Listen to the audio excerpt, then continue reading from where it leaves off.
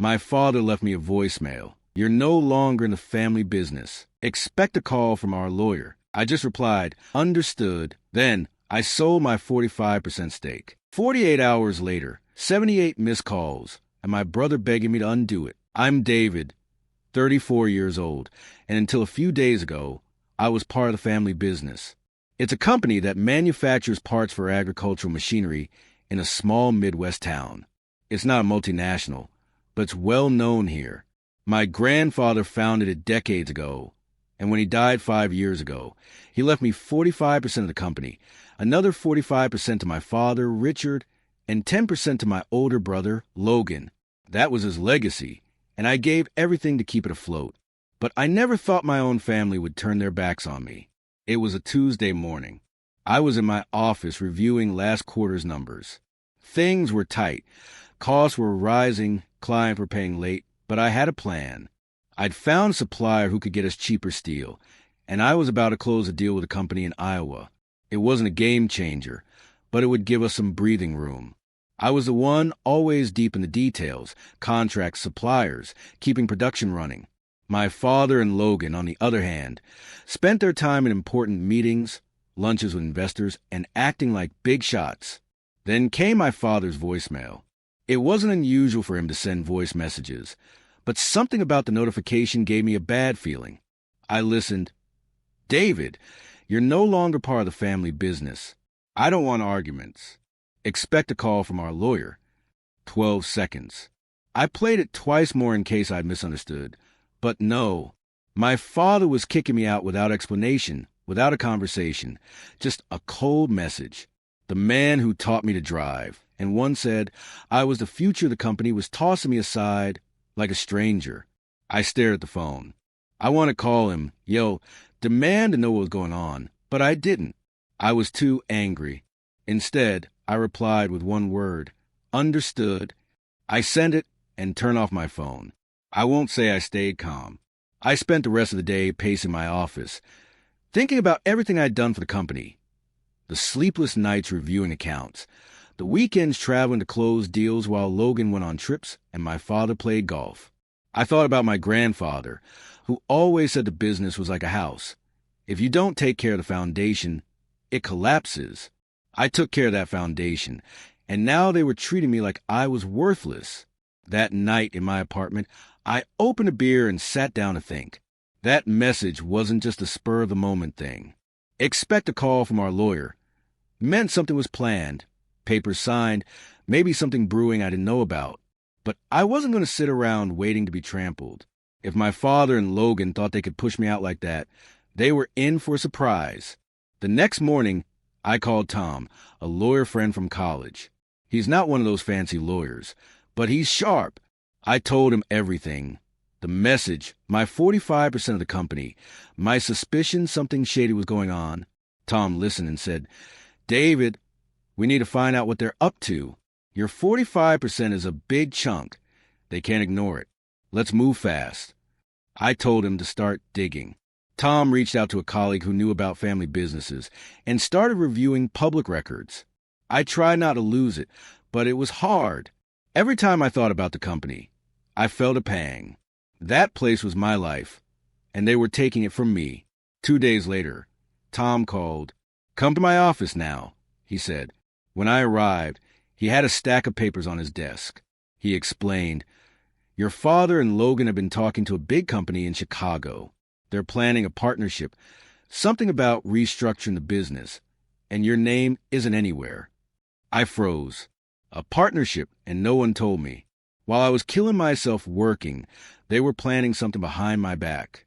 They're not just kicking you out, Tom said. They want to erase you from the business your grandfather left you.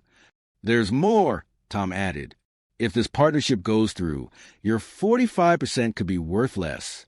They might try to buy you out cheap or push you out somehow. That's why they kicked you out now, so you can't fight back.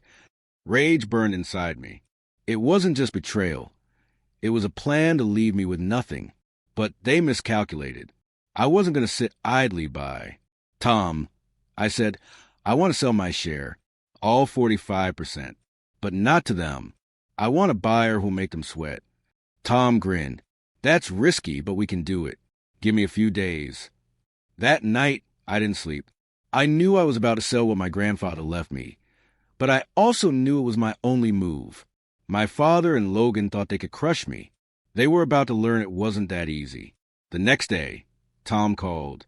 He'd found an interested company, a competitor to the one in Chicago. They had the money to buy my 45% and a reputation for playing dirty. Perfect. If you sell, they'll audit the business. Tom said, if there's anything shady in the books, it'll come out. I don't care, I replied. Let it all come out. The next 48 hours were a whirlwind. Tom and his team prepared the paperwork. The other company sent lawyers to review everything. I signed on Friday afternoon. My 45% was no longer mine. It was theirs. I felt relief, but also a knot in my stomach. I'd sold my legacy, but I'd also dealt a blow they didn't see coming. When I turned on my phone, I had 78 missed calls, mostly from Logan, some from my father, a few from unknown numbers. There were messages, too. One from Logan said, David, please call. This is a disaster. We can fix it. I smiled for the first time in days. I felt in control. I didn't reply, turned off the phone, and told Tom to keep me posted. I knew this was just the beginning. My father and Logan were about to find out that underestimating me was their worst mistake. Saturday morning, I woke up to my phone buzzing like crazy. More missed calls, messages from Logan begging me to talk, even a couple from my mother asking me to calm things down. I didn't bother reading them all. I made coffee and sat on the couch, trying to enjoy the calm before the storm. I'd sold my 45% to a company that wouldn't play nice, and something told me things were about to get interesting. Around noon, Tom called. His voice had that serious tone he uses when he's found something juicy. David, the company that bought your share, Gerazen, is already making moves. They started an audit of the books, and you won't believe what they found. There are unrecorded debts, payments to non-existent companies. This is a mess. How bad is it? I asked, feeling a spark of satisfaction. Bad. There's a big loan your father signed behind everyone's back, using the company as collateral. And it looks like Logan was involved in some weird expenses, like inflated invoices. If this gets out, they'll not only lose the Chicago partnership, they could face legal charges. I couldn't help but laugh. So they kicked me out to cover their own messes? Brilliant. Don't laugh too hard, Tom said. They're trying to pin it on you. They're saying you handle the finances, and any problems are your fault. But don't worry. We have proof you didn't know about this. Just stay out of it for now. I told him to keep me updated and hung up. The idea of my father and Logan trying to blame me didn't surprise me, but it made me angry. I was the one staying up late going over numbers, finding ways to save, while they spent on dinners and trips. And now they wanted to make me the villain. But I wasn't going to let them get away with it. That afternoon, I went for a walk to clear my head. I hadn't taken 2 steps out of my building when a car pulled up beside me. It was Logan. He rolled down the window, his face red and eyes desperate. David, get in. We need to talk. I've got nothing to say, I replied, not looking at him. Please, what you did is killing us. The company's going under if you don't stop this. I stopped and looked at him. What I did, you and Dad kicked me out with a voicemail. You planned a partnership behind my back, hid debts, and now you come crying to me? Don't make me laugh. Logan shouted. It's not like that. Yes, we made mistakes, but you can't let everything collapse. There are people depending on us, employees, families. That pissed me off. Now you care about the employees? Where were you when I asked to raise salaries to keep our best workers? Or when I said not to spend so much on advertising? Don't pull that card now. Logan opened his mouth, but said nothing. He just stared at me like he didn't know who I was. David, please, he said. Dad's a wreck. He's not sleeping. We can fix this if you talk to Gerazen. There's nothing to fix, I said and walked away. I heard him yell something, but I didn't turn back. I wasn't going to fall for their game. I'd spent years carrying the business while they took the credit. Now that it was crumbling, I wasn't going to be the one to save it. That night, Tom sent me an email with more audit details. It wasn't just a hidden loan. There were payments to a ghost company no one could trace, personal expenses charged of business, like a Vegas trip Logan swore was for work. Every new detail was like a kick in the gut. They hadn't just betrayed me. They'd risked everything my grandfather built out of pure greed. By Sunday, things got worse. My father called, and I decided to pick up. I wanted to hear his excuse. "David, what did you do?" he started, his voice shaking. "That sale was insane. You're destroying everything your grandfather left." "What did I do?" I shot back. "You kicked me out like I was a nuisance. You and Logan hid debts, made deals behind my back, and now you want to blame me? No, Dad, this is your mess." "You had no right to sell," he yelled. "That company is family." I had every right. The 45% was mine. And if the company's in trouble, maybe you should ask yourself what you did with the money. There was silence. Then, in a low voice, he said, "David, we can fix this. Talk to Gerazen. Tell them it was a mistake. We can negotiate." "There's nothing to negotiate," I said. "You made your move. I made mine. Now deal with the consequences." I hung up. My heart was pounding, but I felt good. For the first time, I'd told my father exactly what I thought without holding back. I was done turning the other cheek. On Monday, Tom called early. "David, this just got serious. Gerazen filed a lawsuit against the company for financial fraud. They say your father and Logan hid debts to make the business look more valuable in the Chicago negotiations. This is going to hit the news." "What's that got to do with me?" I asked. "Nothing for now. Your sale was clean, and we have proof you didn't know about the irregularities. But your father and Logan are saying you were in charge of finances. They want to drag you down with them." That made me laugh. Me? I was the one keeping the business afloat, while they spent on nonsense. If they want to blame me, let them try. Tom told me to prepare. If my father and Logan were going to fight dirty, they might try anything. But I wasn't nervous. For years, I'd saved every email, every document, every decision I made. If they wanted a war, I had an arsenal. That afternoon, Logan showed up at my apartment, banging on the door like he wanted to break it. When I opened it, he stormed in without asking, his face haggard. "David, you have to stop this," he said. "The company's done if you don't convince Gerazen to drop the lawsuit. Dad's losing his mind. Is that what you want?" "What I want?" I said, "Closing the door. You and Dad treated me like I was nothing. You kicked me out, hid debts, and now that it's all blowing up, you come asking for help? No, Logan, this is your fault." "It's not just our fault," he yelled. "Yes, we screwed up, but you can't let everything collapse. There are employees, families depending on us. Now you care about the employees?" I said, "Where were you when I asked to reinvest in production?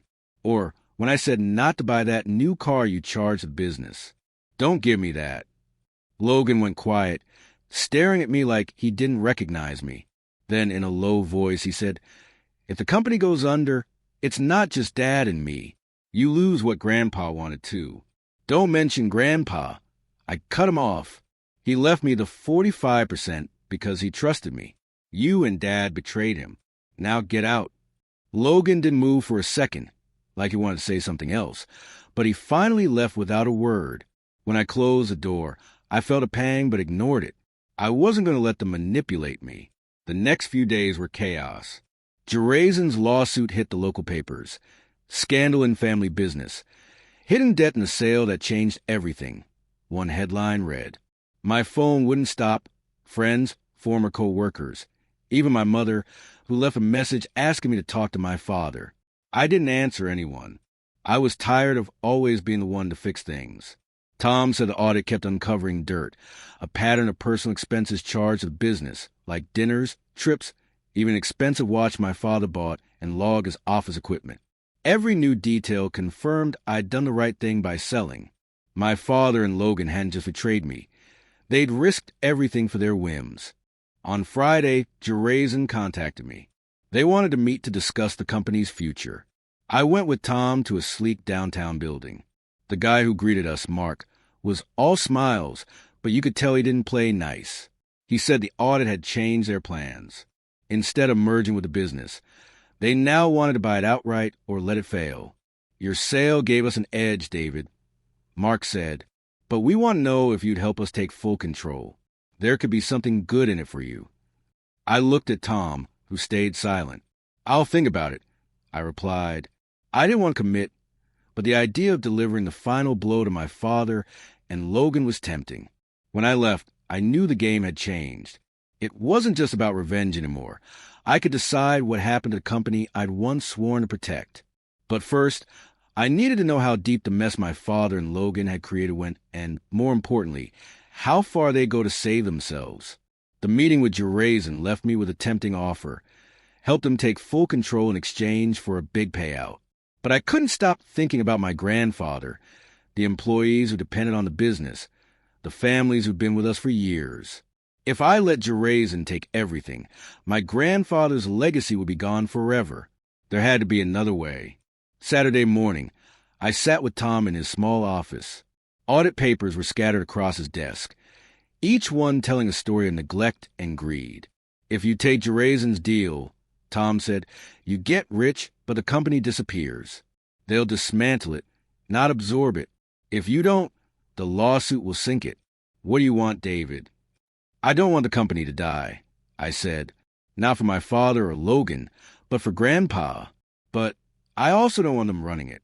I need to talk to my father. I want to know why they did this. Tom shook his head. That won't be an easy talk. They'll try to guilt you or blame you. I know, but I'm not moving until I get answers. That night, I called my mother. Her messages had been a mix of pleas and reproaches, begging me to fix things. When she answered, her voice sounded exhausted, like she'd been crying. David, come home tomorrow, please. Your father's not okay. Let's talk. I'm not negotiating anything, I said, but I'll come. On Sunday, I drove to my parents' house. The garden my grandfather used to tend with pride was overgrown. My mother opened the door and hugged me tightly, like she was afraid I'd vanish. Thank you for coming, she whispered. In the dining room, my father sat with slumped shoulders and a cold cup of coffee in front of him. Logan was beside him, with dark circles under his eyes. I sat down without saying a word. My father looked at me but didn't speak. Finally, I said, You kicked me out with a voicemail. You planned a partnership behind my back, hid debts, tried to blame me. I want to know why. No excuses. My father swallowed hard. Logan stared at the floor. My mother put a hand on my father's arm, as if urging him to speak. It wasn't supposed to be like this, my father said, his voice shaky. The company was in trouble. The Chicago partnership was our only way out, but they did want to deal with someone who had as much control as you with your 45%. I thought if we got you out, we could save the business. And you didn't think to tell me? I asked, clenching my fists. I was the one keeping everything afloat while you spent on dinners and trips. Why didn't you tell me the truth? Because I didn't want you to know how bad things were, he admitted. I took a loan to cover gaps, but it wasn't enough. The payments of those companies were to keep up appearances, so investors wouldn't bail. Appearances? I repeated, my voice rising. You risked everything Grandpa built for appearances? And I was the problem. Logan looked up. You weren't the problem, David. But we didn't think you'd sell. We didn't think it would go this far. You stopped thinking about me a long time ago, I said. You used me as a scapegoat while you did whatever you wanted. Now the company's on the ropes because of your decisions, not mine. My father lowered his head. I made mistakes. I didn't know how to fix it. I thought I could handle it alone. For a moment, I saw my father not as a traitor who'd kick me out, but as a lost man, crushed by his own mistakes. It didn't justify him, but I understood. Logan, on the other hand, seemed more worried about saving himself. David, please, he said, talk to Gerazen. We can negotiate. Don't let everything fall apart. I'm not saving you, I replied, but I won't let Grandpa's legacy die because of your stupidity. I'll find a way, but it won't be for you. I stood up and left. My mother's voice calling after me faded as I got in my car. There were no promises, just a decision. Say what I could, my way, That night, I sat with a beer and a notebook. I wrote down what I wanted. Keep the company alive, protect the employees, get my father and Logan out of leadership. It was a risky plan, but it was worth it. If I was going to do this, I had to be smart. On Monday, I called Tom and asked for another meeting with Gerazen. When I arrived at the downtown building, Mark, the shark smile guy, greeted me. "David, ready to close the deal?" he said, like he already had my signature. "I have a proposal," I replied. "Drop the lawsuit and buy just enough to control operations. I'll help you restructure, but my father and Logan are out of management. The employees stay untouched." Mark leaned back, eyeing me over the table, thinking, that's a lot to ask. The audit showed a mess. Why should we trust you can fix it? Because I was the one keeping the business afloat before it all blew up, I said. I know every detail, every supplier, every worker. If you don't agree, I'll go to the Chicago company and make your life hell. Tom shifted, clearly nervous, but said nothing. Mark smiled. "You got guts, David. Give me a day to talk to my team." That night, I didn't sleep. I knew I was playing with fire. If Gerazen said no, the company could collapse. But if they said yes, I could say what my grandfather built, though not as I'd expected. On Tuesday, Mark called. "We're in, but with tweaks. We buy 30% from your father and Logan. You stay as lead consultant for 2 years with a decent salary. The employees stay, but we cut costs where we can." "Deal, deal," I said, my heart pounding. It wasn't perfect, but it was a start. The next few weeks were a whirlwind. Gerazen bought my father and Logan shares. They had no choice but to sell. The lawsuit was dropped, and I started working with a new team to clean up the mess. We fired a couple of managers who'd help hide the debts, renegotiate with suppliers, and made a plan to pay off the hidden loan. It wasn't easy, but the numbers started looking better. My father shut himself in his house, barely going out. My mother said he was ashamed but didn't want to see me. Logan tried starting his own business, but without the company's backing, he didn't get far. I didn't feel sorry for them. They'd made their beds. Now they had to lie in them. One day, while cleaning out the office, I found an old photo of my grandfather at the factory, smiling with the workers. I put on my desk. I hadn't saved the company for my father or Logan. I did it for him, for the people who still believed in what he'd built. Months have passed. The company isn't the same, but it's alive. The employees have their jobs, and clients are coming back. Gerazen offered me a permanent role, but I'm not sure. Maybe it's time to start something new, something that's mine. For now, it's enough to know I didn't let my grandfather's legacy die. If my father or Logan won't call me, my phone's off.